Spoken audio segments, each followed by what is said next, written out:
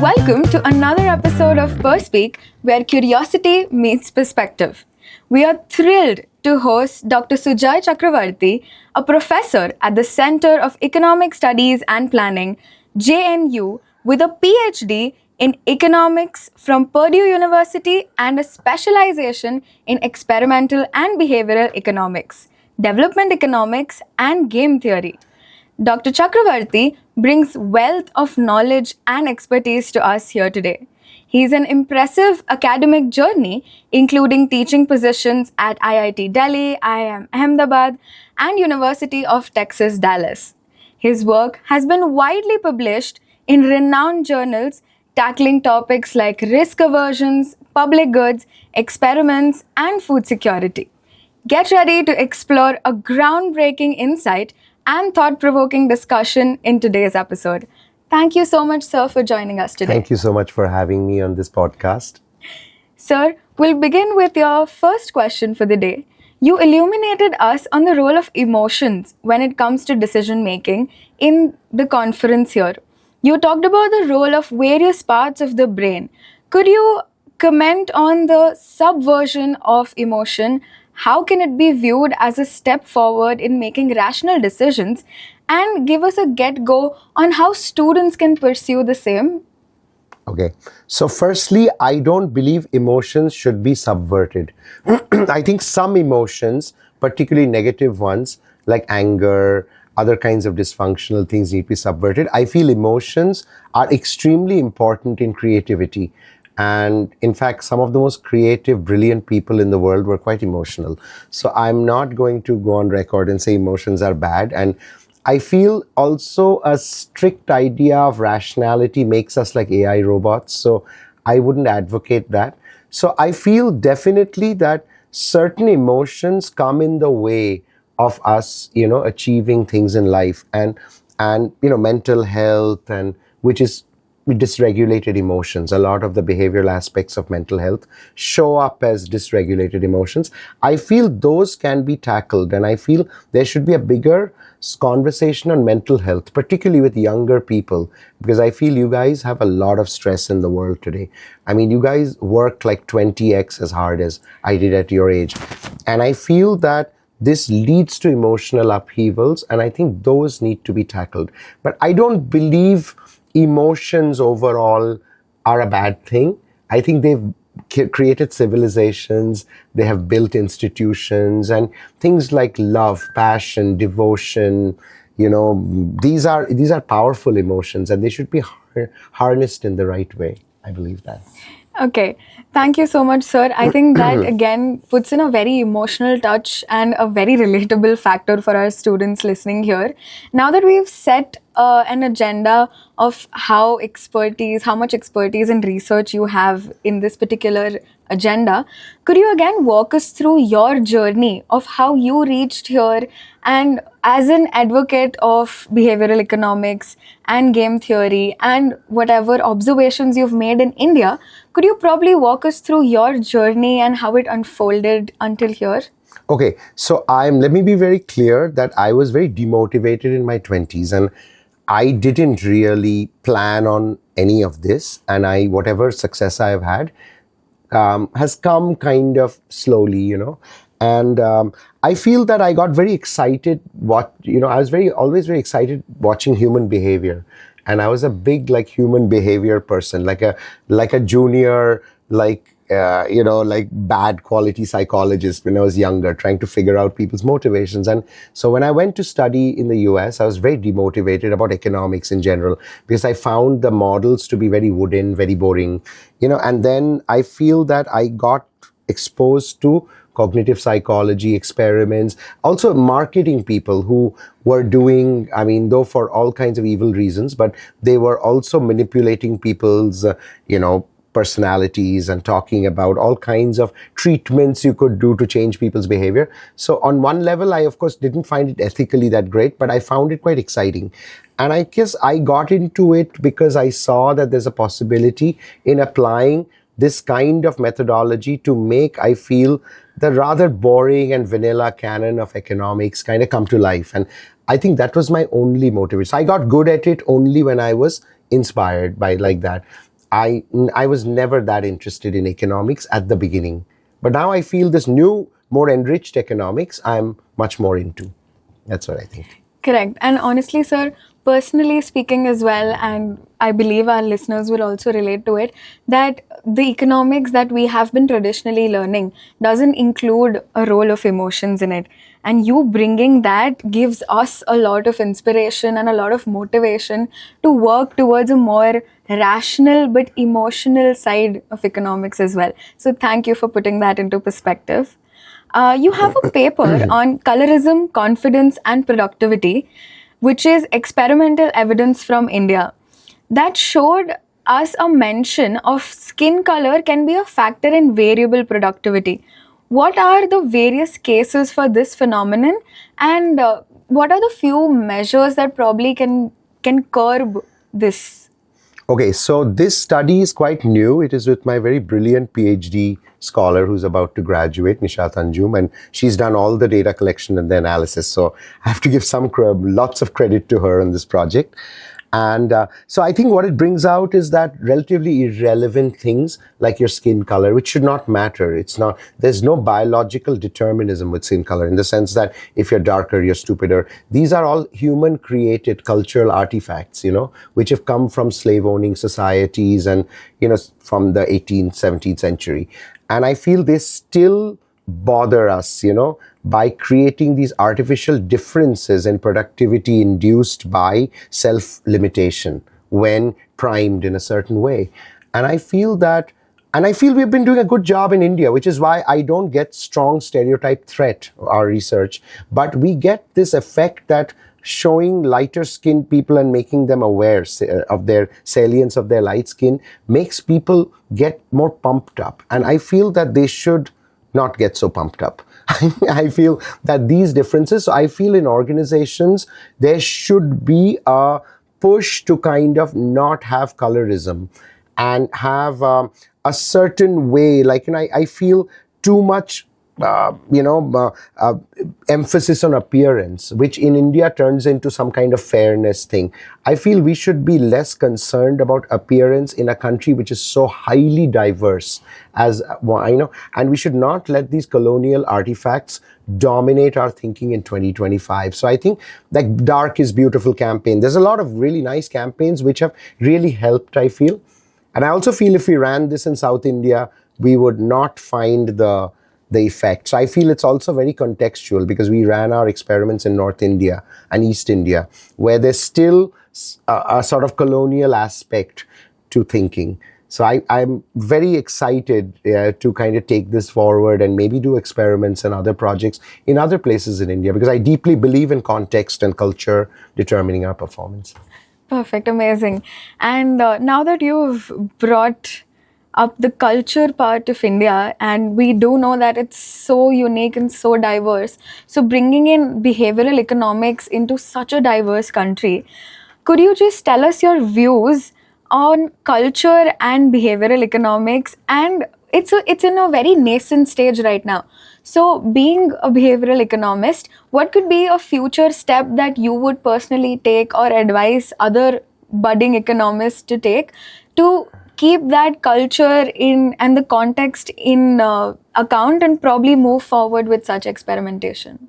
Yeah, I feel that this will lead to larger transdisciplinarity with, sociology. I'm already in this PhD, which has brought out this amazing work. I feel we're working with sociologists, and we're working with a very prominent sociologist, Divya, who's my colleague at JNU, who's really brilliant.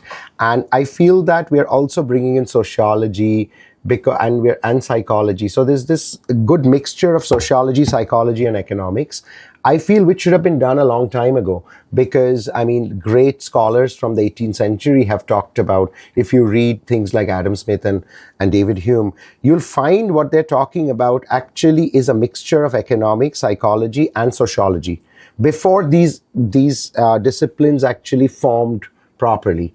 So I feel that we're doing the work that should have been done a lot earlier. And I feel that going forward, we will use the culture filter, what Carla Hoff and Stiglitz call the enculturated actor, to look at behavior. So behavior cannot be done in this strict sort of, deracinated, like a strange vanilla way of like, I give money, I get results. We don't care about any. I think culturally we're very different, and I could talk about this for 6 hours, but I'll end in like 30 seconds. But there's a whole lot of work actually where we've a lot of economists and anthropologists and psychologists have gone to pre-capitalist societies to study motivations and behaviors. And we find actually certain cultural institutions, like the way capitalism has come, has not just affected, human behavior, but they've changed the paradigm of how we see the world, And I find that it's good to be cognizant of it today. And there is a lot of work out there. It just has not found its way into curricula. I think because economists think the psychology and sociology are not that serious, and sociologists and psychologists think economists are very arrogant. But we need to know, as Abhijit Banerjee, the famous Nobel laureate who's from JNU, has said that we are only slightly better than astrologers at doing prediction. So I feel putting these things in will make us do better forecasting and prediction, which we have really been bad at, economists. I don't know if I'll get flack for saying this, but from economists, but I truly believe that. No, sir. Being personally from a psychology, economics, double major background, I completely relate that there's so much disparity between the disciplines. And as you mentioned, probably if we still figure out a way to work hand in hand and remove probably the rigidity, the assumptions, and the capitalist models that you just mentioned, probably we could make a way to probably work together with all of these disciplines and go forward into better contexts, like you said, and definitely we'll take this into account, and as future economists we'd probably work on it.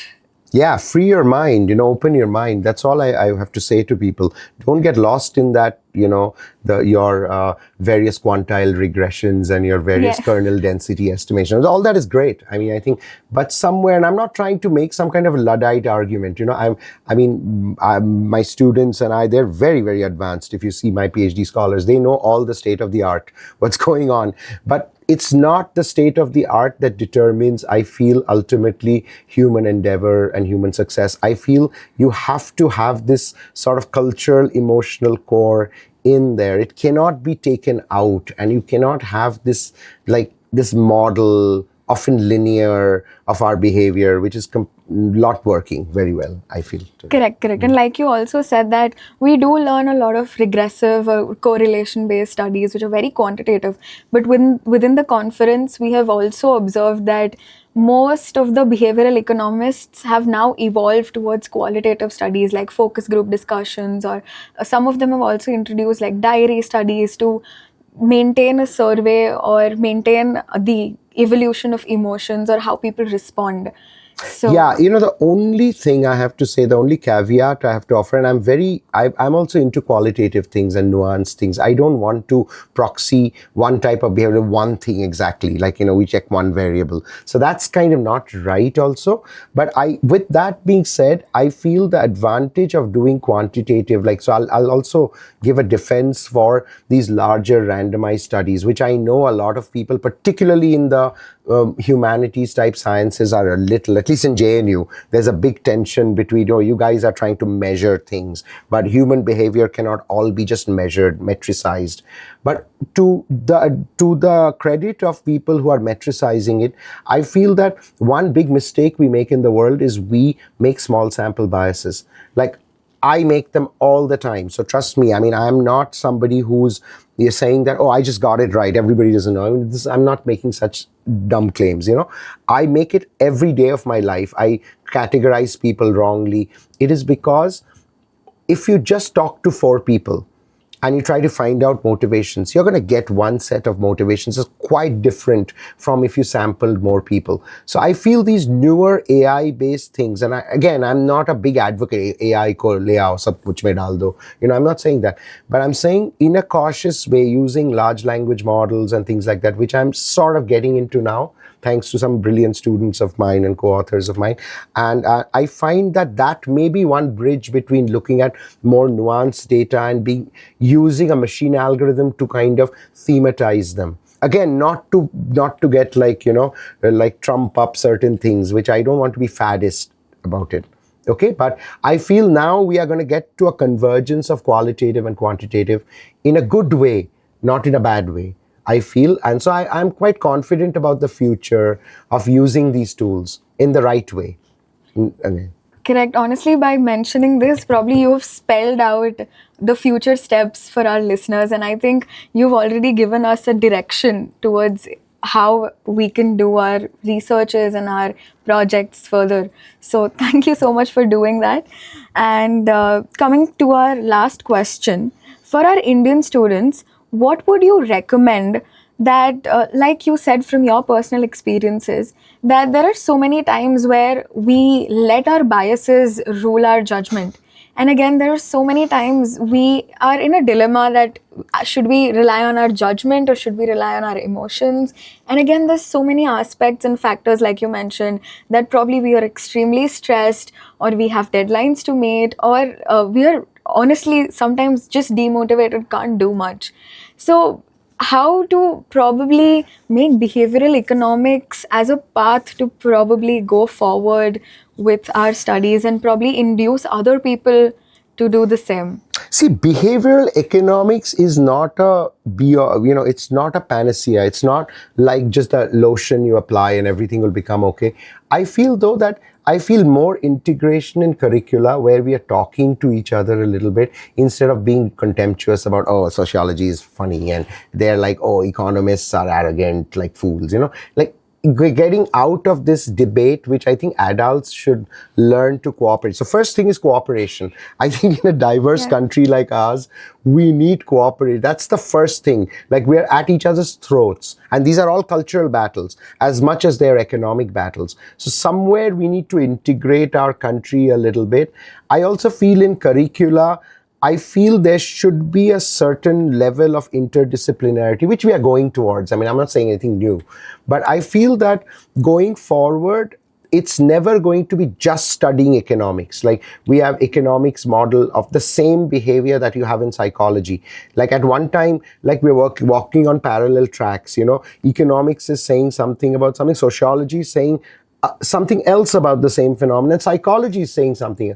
Now I think it's the time to integrate it. Yeah. I really feel that, and we're moving towards that. I'm not even saying that, oh, I'm giving the clarion calls, or people have already given the clarion call, and people like me are moving towards that kind of integration. So I feel your curricula will kind of help you much more in dealing with the world, because it'll help you figure out a lot more motivations and bring you down from your ivory towers into the real world. I think that is what is really required, I feel, in the curriculum. So I think at Christ, I think that is being done. I definitely think in JNU, because of the, all the social activism our students do, the kind of open minds that we encourage them to have, I feel when they come out of JNU, they're very sophisticated in many ways. It's because of that opening up, and where, it's organized as not as disciplinary silos, but everybody takes each other's classes. And I think hopefully you'll come there one day. Yes. And we can have you at our campus. Absolutely, sir. That would be a privilege again. So thank you so much, sir, for spelling out all of the guidances for our students and for giving us these beautiful, thought-provoking insights about the intersection of experimental economics, behavioral biases, real-world application of psychology, sociology, and economics, and probably giving us a new perspective and new direction. Anthropology also. Sorry, I left that out. Yes, anthropology as well. So just giving a new perspective to our curiosity. And that was really nice to have you today.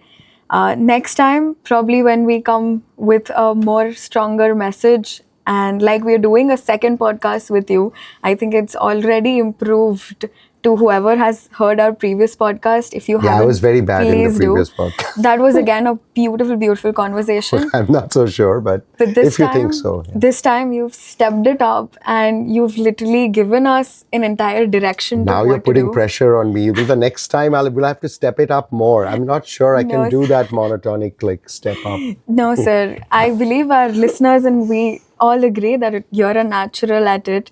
and you've guided us I'm so not much. a natural at it. I got trained for many years. Come on, don't give me credit where it's not due. Thank you so much. I mean, I'm really liking this. I mean, I'm loving my time at Christ, and I'm happy to come back again.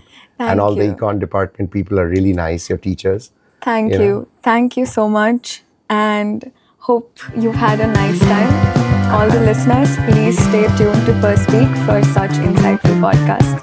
Thank you.